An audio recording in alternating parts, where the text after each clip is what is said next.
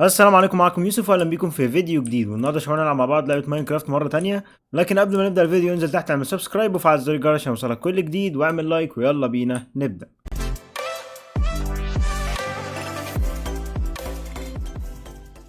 في الحلقه اللي فاتت يا شباب كنا عملنا بيت يعني ولعبنا شويه حلوين كده في اللعبه، لكن زي ما انتم شايفين شكل البيت يعني اولا مش مترتب كده ومش متنظم، يعني زي ما انتم شايفين كده من بره يعني شكله مش بيت خالص يعني. فالمهم ان احنا لازم نقطع الشجره دي كده ونظبط البيت بقى، نحاول نظبطه كده يعني ونعمل له شكل معين بحيث ان هو يكون شكله بيت يعني مش اي حاجه كده وخلاص. لكن في الاول يا شباب خلينا ندخل البيت كده ونروح عند الكرافتنج تيبل ونعمل يعني اكس عشان نكسر بيه الخشب، لان الحلقه اللي فاتت عملنا بيكاكس والبيكاكس ده يا شباب بيكسر الستون يعني مش بيكسر الخشب.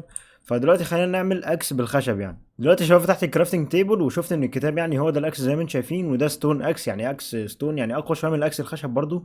فخلينا دلوقتي نعمله ونشوف يطلب مننا ايه. زي ما انتم شايفين 3 من الكابل ستون واتنين من الستيك اللي هي العصايه يعني، ويطلع لنا ستون اكس زي ما انتم شايفين. فخلينا ناخد الستون اكس كده ونحطه معانا، وبس كده يا شباب بقى معانا اكس يعني ممكن نكسر بيه الخشب براحتنا. فدلوقتي خلينا نروح بقى نجمع الخشب ونكسر الشجر اللي هي قلت لكم عليها اللي هي جنب البيت دي. طبعا يا شباب هتلاحظوا دلوقتي ان تكسير الخشب اسهل بكتير واحسن يعني بالاكس، عشان الاكس هو اللي فعلا مخصوص للخشب. تمام يا شباب، زي ما انتم شايفين فضينا المكان شويه يعني جنب البيت، ولكن برضو المكان مش مترتب يعني. ودلوقتي في ارض برضو هنا، لكن الارض مش متساويه عند البحر يعني. المفروض ان احنا كده نساوي الارض اللي هنا دي كده.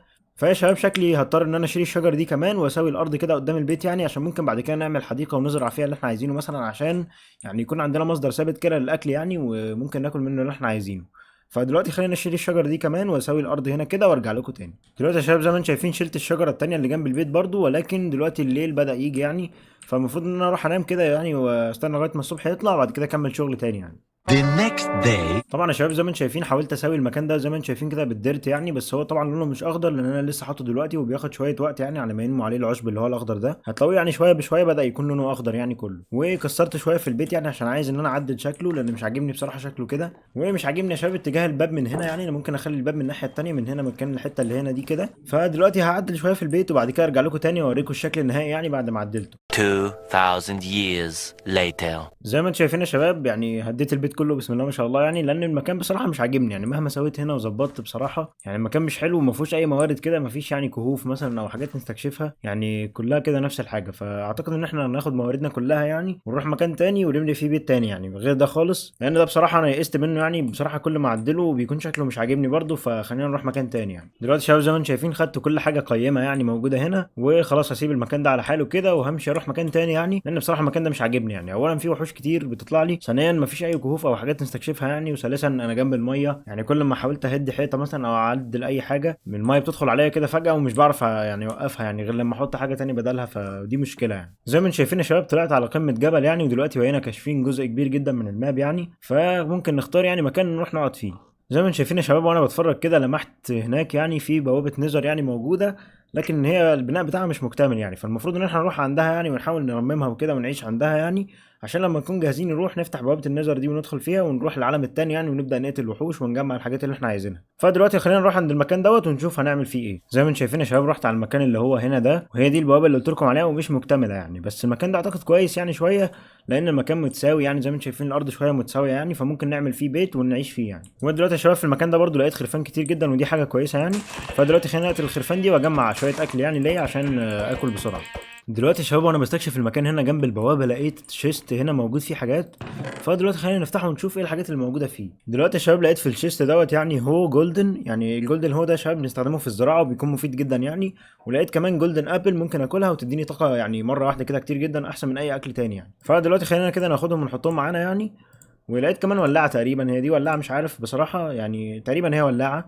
فخلينا دلوقتي ناخدهم كده ونروح بقى نشوف هنعمل البيت بتاعنا ازاي. مؤقتا يا شباب احنا الليل بدأ يجي، فلازم دلوقتي نعمل اي حاجه بسرعه ننام جواها عشان لما الصبح يطلع بقى نعمل البيت اللي احنا عايزينه. فدلوقتي خلينا نعمل حته صغيره كده نحط فيها السرير يعني ونشوف هنعمل ايه بعدها. زي ما انتم شايفين يا شباب عملت حيطه هنا كده وممكن دلوقتي نحط السرير جوه وننام يعني. دلوقتي يا شباب زي ما انتم شايفين الصبح طلع يعني، ودلوقتي نقدر نشتغل بقى براحتنا ونعمل اللي احنا عايزينه. دلوقتي بقى خلينا نكسر الحاجات اللي احنا حطيناها دي ونعمل بيت بقى كويس كده نقعد فيه يعني شويه كده حلوين. فاول حاجه ممكن نعملها كده يا شباب ان احنا نجيب الفرن دوت ونستخدمه يعني عشان نشوي اللحمه اللي معانا، لان احنا زي ما انتم شايفين اصطادنا 3 خرفان او حاجه زي كده يعني. فدلوقتي خلينا نحط الفرن يعني ونجيب اللحمه بتاعت الخرفان دي ونشويها يعني. ممكن نحطهم الستة هنا كده وهنشويها طبعا على الخشب يعني كده. فزي ما انتم شايفين النار دلوقتي شغاله، وبعد ما تخلص هيطلع لنا هنا اللحمه المشويه يعني. زي ما انتم شايفين طلع لنا واحده، فممكن ناخدها كده ونحطها معانا هنا، وهي ممكن ناكلها يعني دلوقتي لغايه ما الباقيين يعني زي ما انتم شايفين هنا يتشوي. دلوقتي يا شباب اخدنا كمان واحده وخلينا ناكلها كده زي ما انتم شايفين. طبعا يا شباب الشخصيه اللي احنا بنلعب بيها بيبلعها بلع مش بياكلها يعني، بس ما علينا. دلوقتي يا شباب اخر واحده اهي زي ما انتم شايفين بتتشوي. فدلوقتي خلينا ناخدهم كلهم ونحطهم معانا يعني. تمام دلوقتي يا شباب عملنا البيت زي ما انتم شايفين كده، بس لسه طبعا ما عملناش السقف يعني. فخلينا دلوقتي يا شباب نعمل السقف، وبعد ما نعمل السقف يعني ممكن نظبط بقى البيت من جوه ونحط فيه الموارد بتاعتنا يعني. وممكن نعمل شيست برضه عشان نخزن فيه الموارد، بحيث ان احنا لو رحنا اي مكان يعني ومتنا ما نخسرش الموارد بتاعتنا خالص، ويكون معانا موارد في الشيست يعني. زي ما انتم شايفين يا شباب يعني السقف بدأ يتعمل يعني، بس في مشكله واحده، ان احنا لو عملنا يا شباب السقف كامل مش هيكون في اي اضاءه جوه البيت. فدلوقتي لازم نعمل شموع يعني او اي حاجه تنور لنا البيت كده، عشان يعني ما يكونش في ضلمه كده في البيت، وممكن يجي خفافيش وكده يعني. دلوقتي يا شباب حطينا 5 من الستيك اللي هم العصايه يعني، وحطينا فوقهم 5 من الفحم. ودلوقتي طلع لنا يا شباب تورش زي ما انتم شايفين. فالتورش دوت النور بتاعه مفيد جدا وحلو يعني، ممكن ان احنا ناخده وننور بيه البيت مؤقتا كده يعني لغايه لما نظبط البيت اكتر من كده. فدلوقتي زي ما انتم شايفين يا شباب خلصنا السقف بتاع البيت، وزي ما انتم شايفين الدنيا ضلمت زي ما قلت لكم.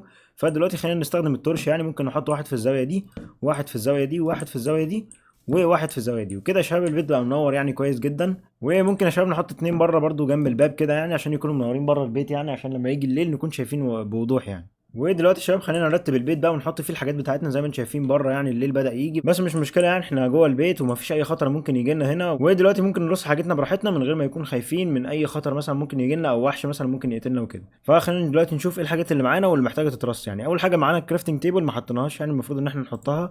فخلينا دلوقتي نجيبها كده ونحطها يعني كرافتنج تيبل، ممكن نحطها في الزاويه هنا كده. والفرن كمان يا شباب خلينا نحطه جنب الكرافتنج تيبل برضو كده، ويكون بعيد برضو عن السرير يعني. ودلوقتي يا شباب معانا موارد كتير جدا، المفروض ان احنا نحطهم في مكان واحد بس يعني عشان نحافظ عليهم. ودلوقتي المكان اللي احنا نحطهم فيه اللي هو الشيست. فخلينا دلوقتي نروح عند الكرافتنج تيبل ونصنع شيست كده، نشوف بيتصنع ازاي. دلوقتي الشيست بيتصنع يا شباب ان احنا نحط خشب يعني في الاطراف كده، ونسيب اللي في النص دي فاضيه. فدلوقتي خلينا ناخد الشيست كده زي ما انتم شايفين، ونحطه يعني ممكن في الزاويه دي هنا كده. وممكن بقى نفتح الشيست زي ما انتم شايفين كده، ونخزن فيه كل الحاجات اللي احنا عايزينها موجوده معانا في الانفنتوري يعني، ممكن نحطها في الشيست عادي. ودلوقتي يا شباب بقى عندنا شيست يعني زي ما انتم شايفين كده، ممكن نفتحه ونستكشف فيه يعني. زي ما انتم شايفين كل الموارد اللي حطيناها في الشيست، ودلوقتي معانا شويه موارد بسيطه كده ماشيين بيهم يعني. ودلوقتي يا شباب نمنا واستنينا لغايه ما الصبح يطلع يعني. ودلوقتي زي ما انتم شايفين الصبح طلع كده، وزي ما انتم شايفين المكان اللي احنا فيه يعني بصراحه حاسس ان هو خرافي، احسن من المكان اللي احنا كنا فيه الحلقه اللي فاتت بكتير جدا يعني. وبرده يعني مش بعيد عن الميه يعني، في ميه برده موجوده هنا، فالزراعه ان شاء الله هتكون سهله يعني. فبس يا شباب دي كانت حلقه النهارده، اتمنى تكونوا استمتعتوا بيها يعني واستمتعتوا باللعبه. عملنا بيت جديد يعني احسن بكتير، وعدلنا المكان كله. فلو عجبك الفيديو انزل تحت اعمل لايك وفعل زر الجرس عشان يوصلك كل جديد، واعمل سبسكرايب. وكان معاكم يوسف، ومع السلامه.